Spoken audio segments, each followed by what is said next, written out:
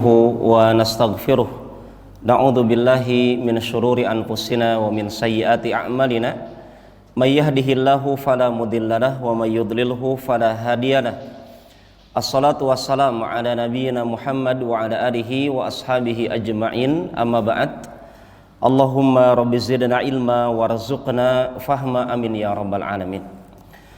Para hadirin, bapak-bapak, ibu-ibu, saudara-saudari yang dimuliakan dan dirahmati oleh Allah Subhanahu wa taala, kembali kita berbahagia di kesempatan kali ini masih mendapatkan kesempatan dalam kesibukan kita sehari-hari. Kita masih dapat meluangkan waktu untuk belajar, karena belajar ini bukan mencari gelar, tetapi belajar bagaimana memperbaiki sejarah kita sebagai hamba Allah Subhanahu wa taala di dalam hidup kita di dunia ini.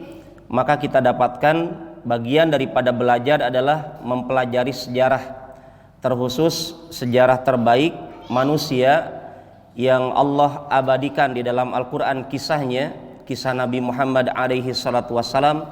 Demikian juga kisah orang-orang soleh sebelum beliau. Dan kisah ini akan menjadi pelajaran berharga, sebagaimana Allah katakan, inna fil qisasi la'ibrah, sesungguhnya di dalam kisah-kisah itu banyak mengandung pelajaran-pelajaran yang berharga yang dapat kita petik.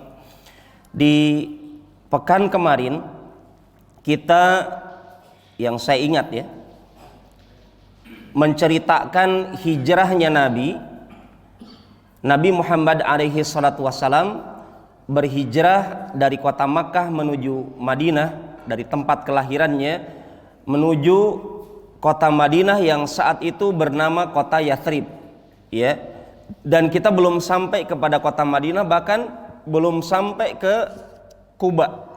Di kesempatan kali ini, walaupun beberapa pertemuan sering kita ungkapkan kata Quba dengan Madinah, tetapi mengikuti alur penulis, kemarin kita berakhir di Gua Thur, ya. Kurang lebih Nabi Muhammad alaihi salatu wassalam tinggal bermalam di Gua Thur 3 malam berturut-turut, dan itu pun tidak luput dari pengejaran orang-orang Quraisy, walaupun berakhir dengan kegagalan, ya. Padahal kalau memakai logika, orang-orang Quraisy itu sudah berada di mulut gua dan Nabi berada di dalam gua, dan guanya sangat kecil. Kalau Anda pernah melihat foto Gua Thur dengan ketinggiannya yang sangat tinggi, berapa kilometer, kemudian juga sisi luasnya juga sangat sempit dibandingkan ruangnya amplifier masjid di sini, ini masih lebih luas, ya, masjid ini. Maka kita dapatkan dengan sempitnya ruangan tersebut, dan orang Quraisy berada di depan Nabi Muhammad alaihi salatu wassalam, itu tidak keluar dari kemahabesaran Allah Subhanahu wa taala menggelapkan pandangan orang Quraisy untuk dapat melihat. Bahkan tidak ada yang berniat untuk mencoba masuk ke dalam gua, ya. Sampai diungkapkan oleh sahabat Abu Bakar As-Siddiq, seandainya kami menjulurkan kaki saat itu mungkin langsung terlihat, ya. Dan dari kisah pendek ini yang pernah terjadi dan dirasakan langsung oleh Nabi dengan sahabat Abu Bakar As-Siddiq, kita dapat mengambil banyak pelajaran. Salah satunya adalah sebagaimana ungkapan yang diungkapkan oleh Anas ketika sahabat Abu Bakar As-Siddiq mengabarkan dalam riwayat Imam Bukhari, ketika Abu Bakar As-Siddiq mengatakan, kuntu ma'an Nabi sallallahu alaihi wasallam fil ghar. Saya ketika itu bersama Nabi Muhammad sallallahu alaihi wasallam di dalam gua. Farafa'tu ra'si. Ini hadisnya riwayat Imam Bukhari. Saya mengangkat kepala saya ketika saya berada dalam gua bersama Nabi. Saya angkat kepala, faida ana bi aqdamil qaum. Ini ungkapan pelaku sejarah sahabat Abu Bakar As-Siddiq, bagaimana istilahnya orang kita H2C, dagdikdugder gitu ya, merasa takut, khawatir. Tiba-tiba ketika saya mengangkat kepala saya, kata Abu Bakar As-Siddiq, ternyata saya saksikan di mulut gua kaki-kakinya orang Quraisy sudah berdiri depan gua. Nabi dengan Abu Bakar di dalam gua menyaksikan hal itu. Ya. Kemudian kata sahabat Abu Bakar Siddiq, "Ya Nabi Allah, wahai Nabi Allah, lau anna ba'dahum ta'a basarahu ra'ana." Ya Rasulullah, wahai nabinya Allah, andai saja orang Quraisy yang menghunuskan pedang yang saat ini berada di mulutnya gua ini, ta'a basarahu, cukup menundukkan pandangannya ke dalam mulut gua, la ra'ana, pasti mereka bisa melihat kita. Ini kalau bahasa logika. Tapi karena kepalanya orang Quraisy itu, lehernya orang-orang Quraisy itu digenggam oleh Allah Subhanahu wa taala, diatur oleh Allah Subhanahu wa taala, sudah. Ya, tidak masalah, enggak perlu ditakutkan. Maka ketika Abu Bakar As-Siddiq merasa khawatir seperti ini, Nabi langsung mengatakan, "Uskut ya Abu Bakar." Hadis riwayat Bukhari, diamlah wahai Abu Bakar. Ini Abu Bakar nggak mungkin berteriak waktu itu ya, karena mulutnya gua kecil, luasnya juga sempit. Beliau membisiki sama Nabi. Kata Nabi, "Diam, wahai Abu Bakar. Itsnan, kita memang cuma berdua." Bahkan Nabi tidak memiliki senjata peperangan saat itu. Ingat, kita hanya berdua. Memang kita cuma berdua, kata Nabi. Allahu thalithuhuma. Tapi walaupun kita cuma berdua, berhadapan mungkin dengan orang-orang Quraisy yang sangat banyak ini, dengan menghunuskan pedangnya siap membunuh Nabi. Ingat, kita berdua, tapi yang ketiganya adalah Allah. Kalau yang ketiganya Allah, sudah tidak perlu dirisaukan lagi. Karena Allah yang maha kuasa, maha segala-galanya. Dalam lafaz yang lain disebutkan juga, ma dhannuka ya Abu Bakar bithnaini Allahu thalithuhuma. Wahai Abu Bakar, menurut pendapat engkau, kalau ada ya 3 yang sedang berkumpul, ternyata di antara 3 ini 2-nya kita, Allah yang 3-nya. Bagaimana pendapat engkau wahai Abu Bakar kalau ada orang berduaan yang ketiganya Allah? Maka tidak perlu dirisaukan kalau hidup kita bersama Allah subhanahu wa ta'ala. Dan ini merupakan mukjizat, bukti kenabian Nabi Muhammad alaihi salatu wassalam, karena konsep yang Allah berikan kepada para nabi adalah adanya al-asomah, adanya penjagaan dari Allah subhanahu wa ta'ala. Ingat kisahnya bayi bernama Musa alaihissalam. Di sisi lain Fir'aun itu bermimpi kerajaannya akan dicaplok, akan dihancurkan, sampai Fir'aun memerintahkan untuk membunuh seluruh bayi Bani Israel, laki-laki yang lahir di zaman itu. Tapi subhanallah, Allah menyelamatkan bayi bernama Musa alaihissalam di mana? Di tangannya Fir'aun. Ya. Yang Fir'aun merasa sudah aman nih. Semua Bani Israel bayinya yang laki-laki saya bunuh. Padahal ada di tangannya. Inilah skenario Allah Subhanahu wa taala yang seringkali dilupakan oleh musuh-musuh Allah Subhanahu wa taala. Kemudian yang selanjutnya penulis menyebutkan judul Fit Tariq ilal Madinah.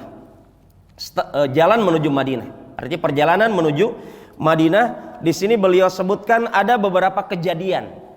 Ya, Masya Allah, antum kalau jalan-jalan sama orang yang Masya Allah soleh, kemudian indah tutur katanya, kemudian antum nyaman hidupnya, Abu Bakar As-Siddiq merasa seperti itu. Akhirnya banyak kejadian-kejadian luar biasa yang dirasakan, disaksikan oleh Abu Bakar As-Siddiq bersama Nabi Muhammad alaihi assalatu wassalam setelah 3 hari 3 malam tinggal di dalam Gua Thur. Kemudian ketika Nabi melihat orang-orang Quraisy merasa sudah tidak mendapatkan Nabi di Gua Thur, mereka pulang. Tapi tidak berhenti, terus mencari-cari kabar. Akhirnya ketika Nabi merasa aman dengan Abu Bakar As-Siddiq, keluar dari Gua Thur. Dan perlu diingat ini, Nabi dengan Abu Bakar As-Siddiq dalam kondisi seperti itu tidak meninggalkan sholat 5 waktu.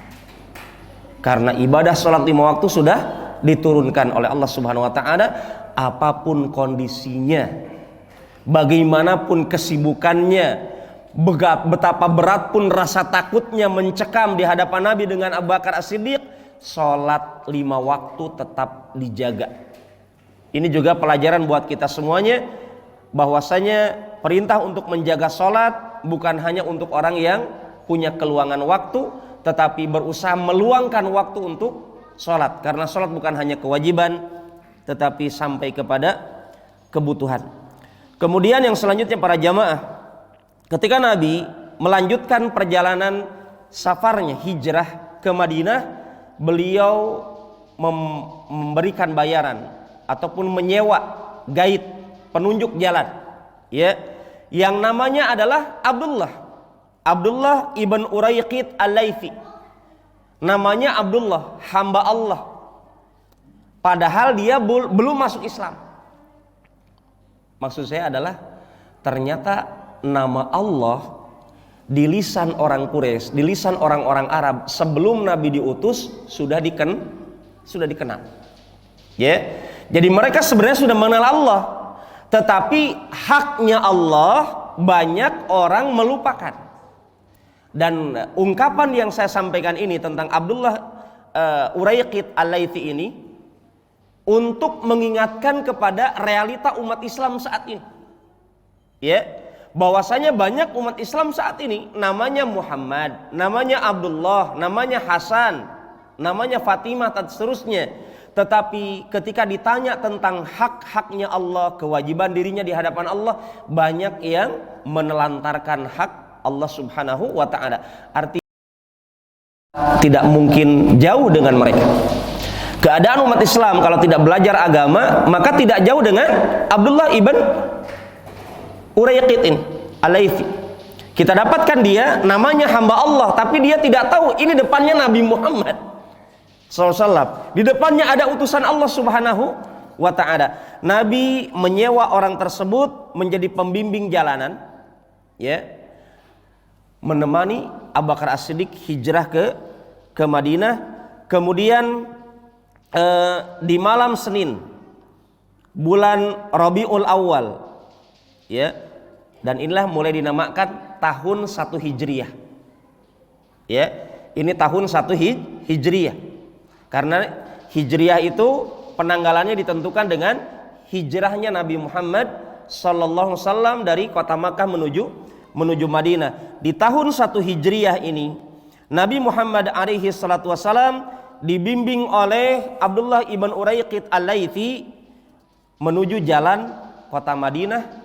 Tapi uniknya, dan ini kecerdasan yang diberikan oleh Nabi berusaha mencari jalan yang jarang dilewati oleh orang-orang. Untuk apa? Ya, agar tidak ketahuan. Ya, termasuk di dalamnya ada yang menemani sahabat Abu Bakar As-Siddiq, Amir ibn Fuhairah, dengan menggembala kambingnya, berusaha untuk melenyapkan jejak jalannya, langkah kaki Nabi alaihi assalatu wassalam. Dari kisah ini para jamaah, kita pakai koma dulu nih. Kita petik pelajaran. Ternyata setinggi-tingginya Nabi sebagai hamba Allah, tetap beliau itu tidak langsung pasrah, tapi berusaha. Banyak di antara kita merasa, tenang, Ustadz Ji. Saya pernah kemarin waktu pakai motor lama, ya, tabrakan Pak, pakai helm tengkorak dekat An-Nur lama itu, ya, dekat TPRI. Saya tabrakan, jatuh dari motor, kemudian orang-orang berkerumun mendekati. Kemudian apa yang terjadi? Disenggol mobil ketika belok begitu, jatuh. Kemudian ketika buka helm, mereka bilang, oh tenang, Ustadz Ji. Ini saya kaget juga sebenarnya. Kalau Ustadz emang kenapa gitu? Subhanallah, ini teringat dengan kisah ini gitu. Oh, Nabi gitu kan. Kalau Nabi itu tinggal ditiup itu wajahnya orang kafir langsung buta-buta sebab. Ya ikhwan, ya, lihat Nabi. Bagaimana Nabi menugaskan Amir bin Fuhairah, ya, dari komunitas kerabatnya Abu Bakar As-Siddiq untuk menghilangkan jejak langkah kakinya dengan menggembala kambing. Ya, bagaimana Asma binti Abu Bakar saat Nabi hijrah ke Madinah ini, Asma seorang wanita. Ya, Asma seorang wanita yang masya Allah rela menyiapkan makanan dari hari demi hari untuk Nabi dengan ayahandanya Abu Bakar As-Siddiq. Jadi Asma ini saudarinya Ibunda Aisyah radhiyallahu anha, bertugas untuk membawakan makanan. Bayangkan, Nabi juga butuh makan. Jangan antum bilang, tenang Nabi ji, tinggal bilang ya Allah turunkan makanan surga, saya kan lagi hijrah nih, ya aplikasi gitu, ketika lagi spasi on, tidak, gitu kan? Kita lihat bagaimana Nabi berusaha. Tiba-tiba ada orang sekarang, Nabi bukan, sahabat bukan, suami orang iya, tapi nggak mau kerja dengan alasan tenang, saya hamba Allah yang soleh, duduk saja di masjid, berdoa saja, nanti Allah turunkan rezeki dari surga sama anak istri saya. Tidak, ikhwan. Ini kita dapatkan bagaimana Nabi mendapatkan ada Asma binti Abu Bakar. Jadi kalau kita dapatkan di zaman saat ini tim sukses, ya, ada tim sukses di belakang Nabi. Walaupun sekali bernabi sekalipun ada istilah sahabat Nabi. Apa artinya sahabat? Yang menemani Nabi, mendukung dakwah Nabi, tidak membiarkan Nabi sendirian. Dan itu yang ditakdirkan oleh Allah sama Nabi. Walaupun secara logika juga dan secara dalil juga bisa saja Allah langsung menolong Nabi. Tetapi dari sinilah pelajarannya apa? Seseorang sesoleh apapun tidak akan bertahan kesolehannya kalau sendiri. Dia butuh yang lain, butuh yang saling mengingatkan, butuh adanya masukan-masukan. Kita merasa anak ustadz, kitanya kiai, kitanya baru pulang haji, pulang umroh, kemudian merasa aman, belum tentu para jemaah. Karena apa? Ada setan di kanan kiri kita, bahkan ada setan di tubuh kita. Bahkan jangankan setan, ada jiwa-jiwa kita yang bermasalah. Bukankah dalam Al-Quran Allah sebutkan inna kaida syaitan kana dha'ifa, tipu daya setan itu lemah. Ustadz kenapa ya? Katanya Allah katakan dalam Al-Quran tipu daya setan lemah, tapi kenapa saya lemah terus imannya? Berarti kalau memang kita prediksikan setan di tubuh kita lemah, kemungkinan yang bermasalah jiwa kita, ya. Maka jiwa seseorang itu lebih berpotensi untuk menentukan dirinya baik atau tidak. Artinya jangan dikit-dikit, bukan berarti setan itu tidak salah. Jangan dikit-dikit kita katakan ini salahnya setan, ini salahnya setan, tapi nggak pernah nyalahkan dirinya, gitu ya. Kita tahu setan itu memang tidak ada baiknya. Setan tidak ada baiknya, maka dikatakan syatona. Setan itu dari kata syatona. Apa itu syatona? Terusir dari rahmat Allah. Memang seperti itu, ya. Tidak ada baiknya setan. Makanya kalau setan tidak ada baiknya, Pak, jangan pikirkan anak kita namanya setan. Ada setan di sini. Oh, anak saya lagi main bola, lagi main katok-katok. Ya, nggak ada setan di sini. Nggak bisa begitu. Ya, kenapa? Karena nama ini tidak ada baiknya. Tapi bukan berarti ketika setan tidak ada baiknya, semua kesalahan ditimpakan sama setan. Walaupun memang setan programnya berbuat kesalahan, berbuat kerusakan. Tapi harus ada saatnya kita memikirkan sampai kapan diri ini berbuat kebaikan. Sampai kapan diri ini meninggalkan keburukan? Kapan? Itu harus kita tanyakan. Jadi ketika di tubuh kita ada setan mengalir sealiran darah kita, juga harus kita pikirkan jiwa kita. Makanya ketika Allah mengajak orang-orang masuk surga, memerintahkan orang masuk surga apa? Ya ayyatuhan nafsul mutmainnah, wahai pemilik jiwa yang tenang. Ya, jiwa kita. Innan nafsala ammaratun bisu. Sesungguhnya jiwa seseorang itu, karakternya jiwa kita, mau ustadz, mau kiai, mau ustadzah, mau alumni pesantren atau apa, la ammaratun bisu. Biasanya jiwanya seorang itu memperturutkan hawa nafsu. Illa marahim, kecuali jiwa yang dirahmati oleh Allah. Ini kata kunci kita. Nabi dengan Abu Bakar As-Siddiq mendapatkan peluang rahmat Allah, maka Nabi dijaga oleh Allah, Abu Bakar As-Siddiq dijaga oleh Allah. Dan ini juga rahasia yang lain. Apa itu? Kenapa Nabi memilih Abu Bakar As-Siddiq menjadi teman hijrahnya? Kenapa? Selain Abu Bakar As-Siddiq adalah umat Islam nomor satu di hati Nabi. Sampai Nabi mengatakan, seandainya aku diizinkan oleh Allah mengambil Khalil, kekasih tertinggi dari makhluknya, aku akan jadikan Abu Bakar As-Siddiq sebagai Khalil. Khalil itu tingkatan cinta paling tinggi di atas Habib. Ya, itu kata Nabi, seandainya aku diizinkan Allah untuk menjadikan Khalil dari makhluknya, aku akan jadikan Abu Bakar As-Siddiq sebagai kekasih tertinggiku. Tetapi kata Nabi, akan tetapi adalah kita saudara seiman. Itu untuk menunjukkan bagaimana kedudukan Abu Bakar As-Siddiq. Tapi dari sisi logika yang lain para jamaah, kenapa Abu Bakar As-Siddiq dijadikan teman dalam hijrah oleh Nabi? Ternyata apa? Kita tahu Nabi itu berdagang sebelum diutus menjadi Nabi. Perjalanan ke luar negeri yang dikerjakan Nabi jarang terjadi. Artinya yang menguasai perjalanan jalan Mekah, Madinah, Syam, Yaman, siapa? Abu Bakar As-Siddiq. Karena beliau seorang pedagang. Ya. Dan selain Abu Bakar As-Siddiq paham rute perjalanan, yang kedua apa? Abu Bakar As-Siddiq namanya orang pedagang apa? Punya kolega banyak. Ada linknya, ada link di Mekah, ada link di Madinah, ada link. Jadi enak Nabi berjalan. Dan ini juga bagian al-akhdhu bil asbab, mengambil sebab. Nabi tidak langsung pasrah tenang, Allah yang nyuruh jalan saja. Tidak. Nabi juga mengajarkan sama kita menerapkan kecerdasan.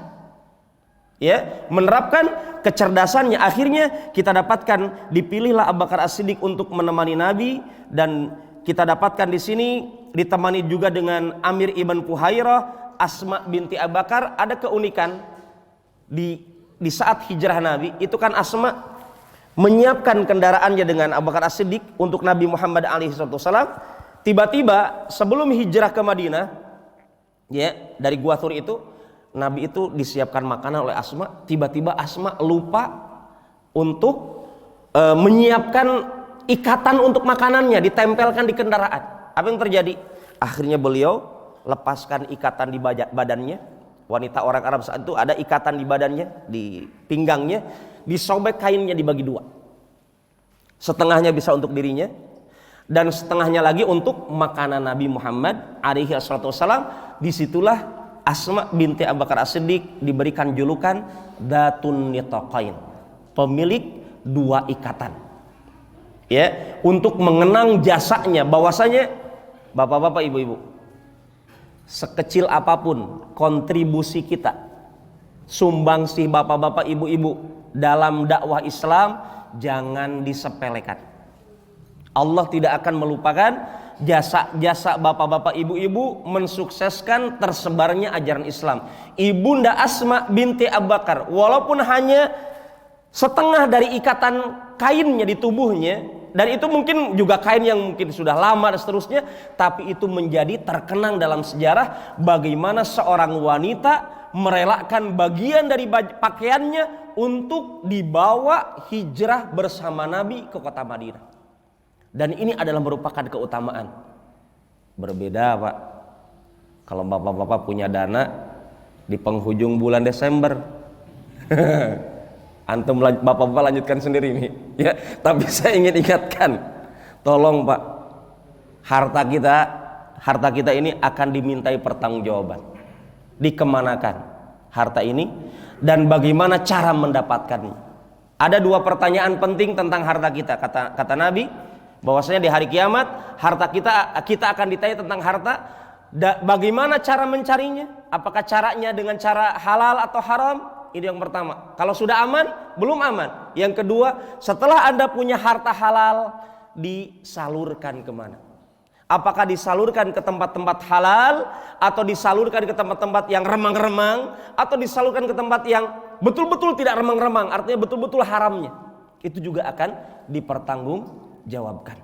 Maka solusinya dengan kajian ini, kalau ada di antara kita pernah mensukseskan program yang mestinya tidak kita sukseskan, saat ini kita bertaubat kepada Allah, kemudian mari kita mencari celah, peluang-peluang untuk mensukseskan program yang betul-betul bernilai pahala di hadapan Allah subhanahu wa ta'ala.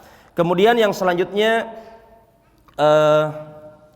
kita beralih ya, beberapa kisah yang terjadi saat Nabi hijrah ke Madinah adalah beliau bertemu dengan penggembala kambing, ya. Yang penggembala kambing ini, masya Allah, Nabi letihan para jamaah. Perjalanan panjang, panas, terik, berhari-hari. Tiba-tiba ada penggembala kambing di perjalanan, sahabat Abu Bakar As-Siddiq mempersilahkan Nabi untuk istirahat. Ada batu besar, kemudian Nabi istirahat berteduh di bawah naungan batu tersebut, bayang-bayangnya. Nabi istirahat, Abu Bakar As-Siddiq mendatangi penggembala tersebut, meminta tolong untuk menyajikan susu kambing. Nah, ini juga fikih lagi nih, pengobatan, bukan iklan promosi jualan, tetapi susu kambing adalah merupakan susu yang diminati, dikonsumsi oleh Nabi Muhammad Sallallahu Alaihi Wasallam. Dan jangan mendiskreditkan kambing. Ini kambing katanya penambah kolesterol, bla bla bla bla. Ternyata apa? Kata Ustaz Khalid Basalamah, beliau kan punya restoran Arab, nasi Arab, karena beliau keturunan Arab.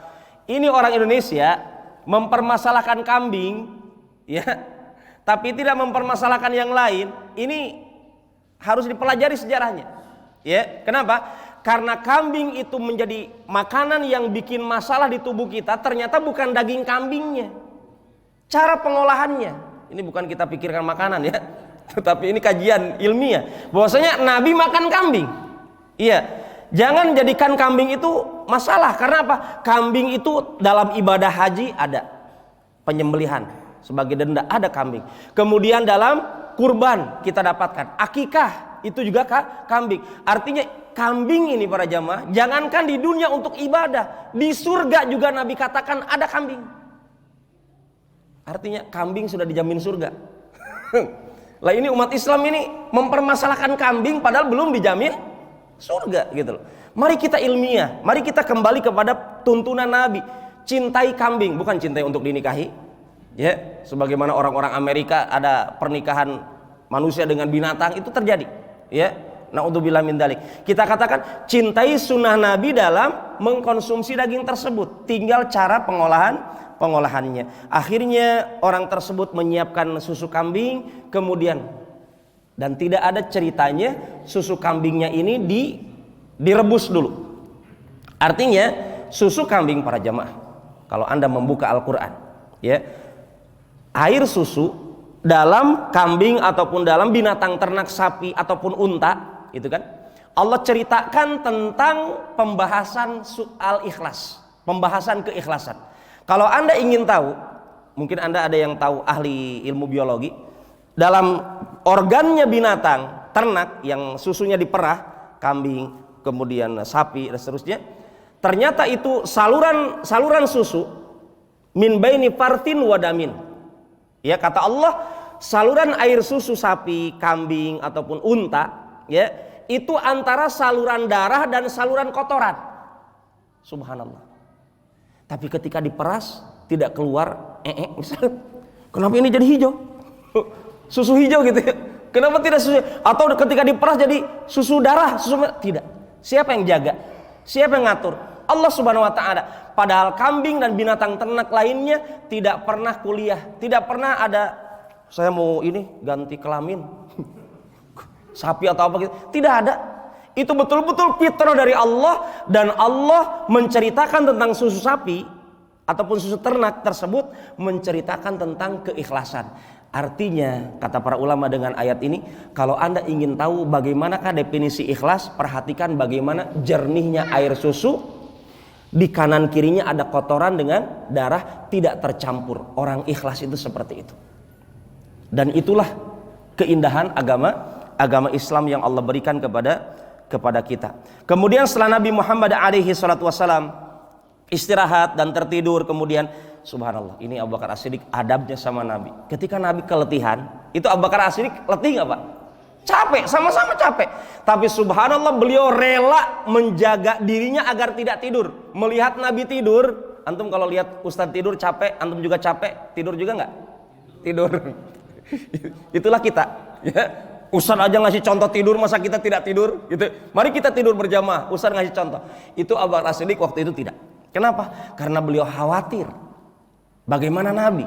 Ini amanah dari Allah. Kalau aku yang terbunuh, kata Abu Bakar, aku cuma satu manusia biasa. Ini manusia luar biasa. Dijaga sama Abu Bakar As-Siddiq, rela tidak tidur. Nabi tidur, dibiarkan tidur terlap. Kemudian sampai itu susu kambingnya itu sudah diperah Pak, di baskom sama Abu Bakar As-Siddiq. Lagi terik para jamaah, lagi panas. Nabi lagi tidur, tidak dibangunkan.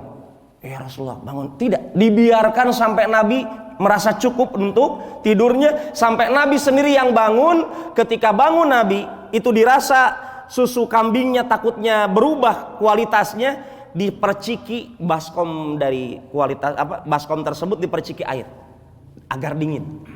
Karena zaman beliau tidak ada kulkas, tidak ada es batu.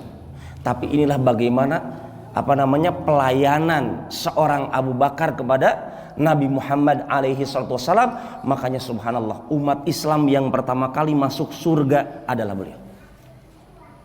Umat Islam yang pertama kali masuk surga adalah Abu Bakar As-Siddiq. Kemudian setelah Nabi meminumnya sampai puas, kemudian Nabi mengatakan, alam ya'ni lirrahil, bukankah sudah tiba saatnya kita melanjutkan perjalanan?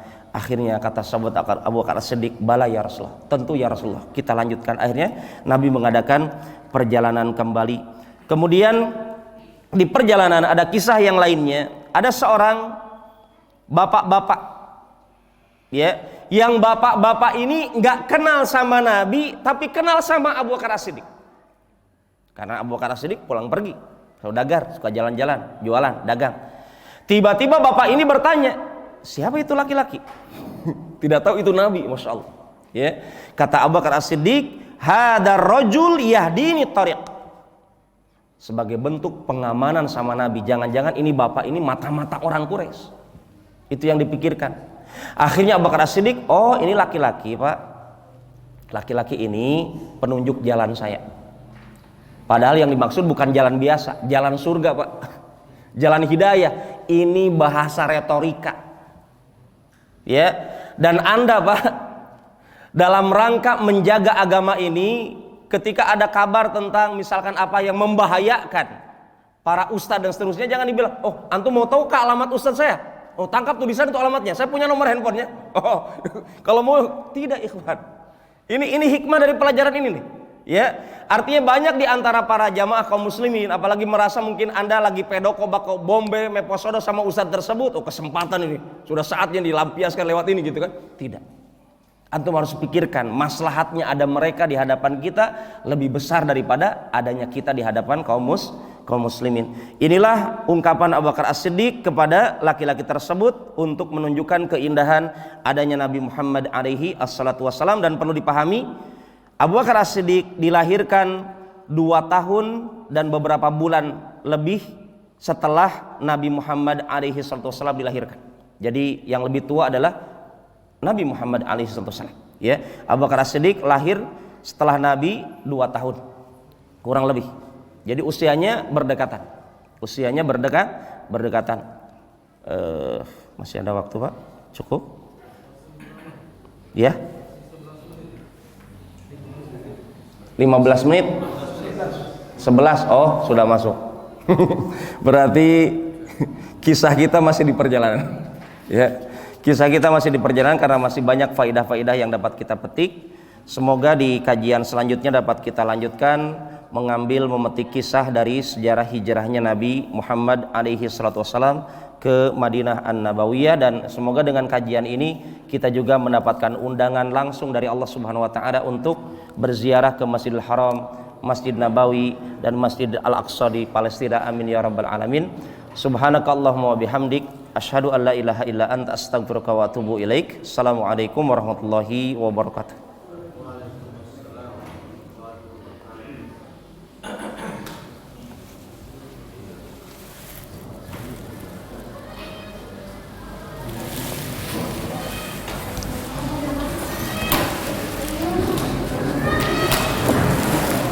Ini bertanya ini masih